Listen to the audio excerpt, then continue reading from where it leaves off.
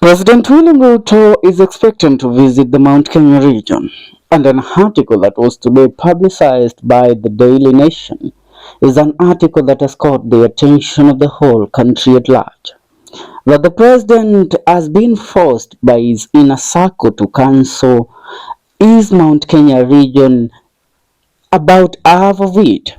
The tours that the president was meant to make in the Mount Kenya region was to be the first tour in the region since the impeachment of the deputy president, the former deputy president of the Republic of Kenya, Deputy President Rigathi Gachagua. And this move by the president to visit the Mount Kenya region was met with a lot of opposition coming from the people from the Mount Kenya region, who told the president, more so, most of them were leaders from the Mount Kenya region, who were telling the president that this is not the right time for you, Mr. President, to visit the Mount Kenya region since the ground is still hostile, and most of them have not forgiven nor forgotten what you did to their son, Geoffrey Rigathi Gachagua, by impeaching him as the Deputy President of the Republic of Kenya. Now, the members of parliament who, together with the governors, are expected to mobilize the crowd for President William Ruto, are said to have requested the president to give them millions and millions of shillings so that they would mobilize the crowd. But the president has recently declined the said offer. He has said that the money that they are requesting is too much for him to offer to them, so that they will mobilize the people that will receive the people into the Mount Kenya region. But one thing, the president thinks or has recently forgotten that the mountain is not his. The mountain is not for the taking, as he thought it would always be for him, because he was their darling back in the year 2022. These people loved him, these people cherished him. And for him, he still have that belief that the Mount Kenya region, I can still have a say in the said region. It doesn't matter what happened. It doesn't matter that I kicked Gachagua out. He believes that even without offering money and even without having the members of parliament mobilize for him, he can still make an impact in the Mount Kenya region. Now, according to the intel that we have, President William Ruto has been forced to cancel the following meetings in the Mount Kenya region. The Sagana meeting has been cancelled after the Mount Kenya political cartels demanded Kenya shillings 20,000 each instead of 15,000, which the president had promised to deliver. Now, these people realized how the crowd is when they went to visit their people and started mobilizing for the coming of the president, and so they told the president, Bwana President, itabidi uongeze pesa. But the president told them, no, I am not going to do that. I am not going to add you more money so that you will mobilize the crowd for me. If you can't do that, I will come in the Mount Kenya region, for I am the president, and I will be received in the region. It doesn't matter that most of you feel that I shouldn't be visiting the Mount Kenya region. Now, on number 2, the Embu market stopover has also been cancelled, and this is because the president sacked or fired one former cabinet secretary of public service and former attorney general Justin Muturi, as the crowd is reportedly not working.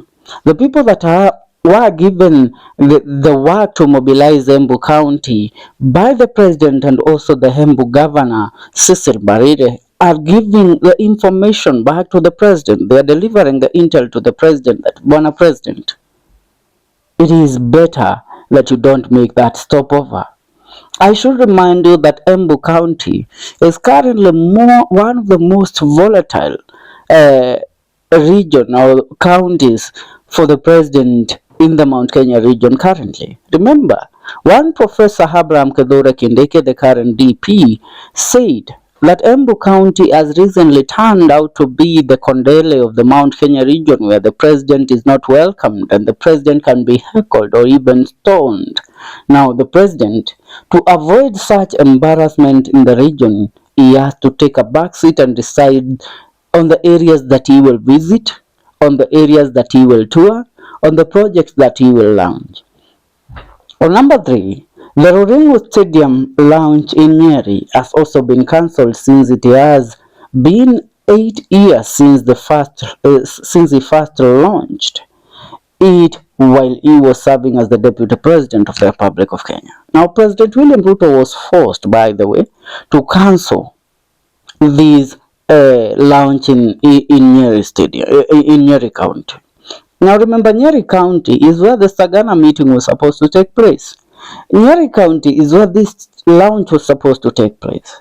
Now, the president wanted to beat his chest and prove to the people that it doesn't matter that Nyeri County is the home of Rigathi Gachagua. I can still have a say even in his home crowd. And if I can have a say in his hometown and in his home county, that means I, as the president, I still have the upper hand and I can still make a statement and prove that Gachagua was not really affected, or the factor of Gachagua being impeached has not really affected my say in the Mount Kenya region. But due to the intel the president is receiving, he will have to call it off. On number 4, the Kiambu visit has also been cancelled for, let me say, the known reasons. One thing that you must realize with Kiambu County, Kiambu, the governor of Kiambu is Honorable Wamatangi. Now, Wamatangi made this one bold move by deciding to stand up to the president and tell him, Bwana President, yes, there are a lot of projects that I have launched in Kiambu County and the projects that we have developed and created in Kiambu County. But these projects are meant for I, as Kimani Wamatangi, to convince the people of Kiambu to vote for me coming the year 2027. Now, Kiambu County is the largest populated county in the Mount Kenya region. Now, this county, in a way, it also houses most of the residents of Nairobi County.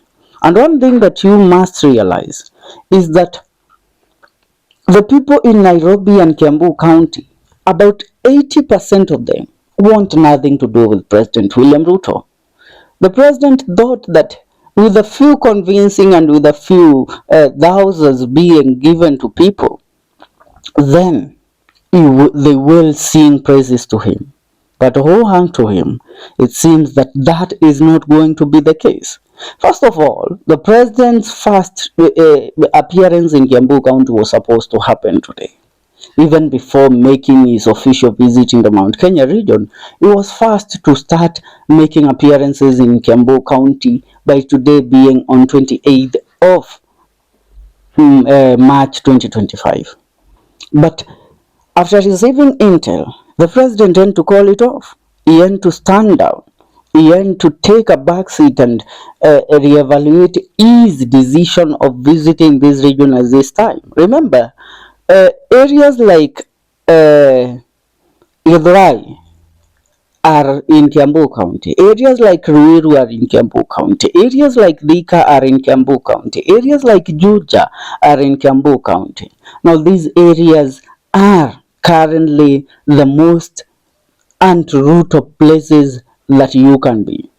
And President William Ruto making stopovers in these regions will definitely trigger people to heckle him and chase him away. And this is something that won't be good for him.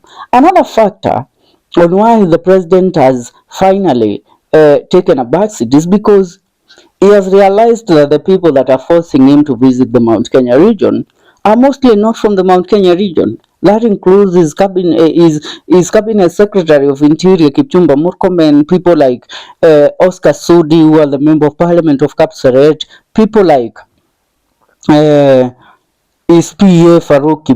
They are the people that have been forcing the President William Ruto to make a statement. But now, it is time that he, the president, thinks for himself and what is best for him and the country at this time. Because that move will currently jeopardize even the security of this country. Because we don't want to have a situation as a country where the president is heckled or chased in some certain places. Because if that happens, then the president will have to take drastic measures, and those drastic measures can lead to very unconducive environment for the citizens of the republic. Remember, the military and the National Intelligence Service the other day warned the people that the chants that have been going round all over the country of anti-Ruto chants that Ruto must go, those are chants that are telling you how the ground is.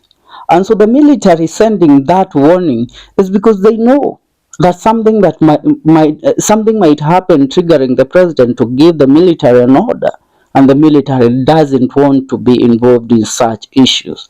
They want the country to remain peacefully. If the president is supposed to be removed, he should be removed through the right process, and which is through the constitutional process by vote.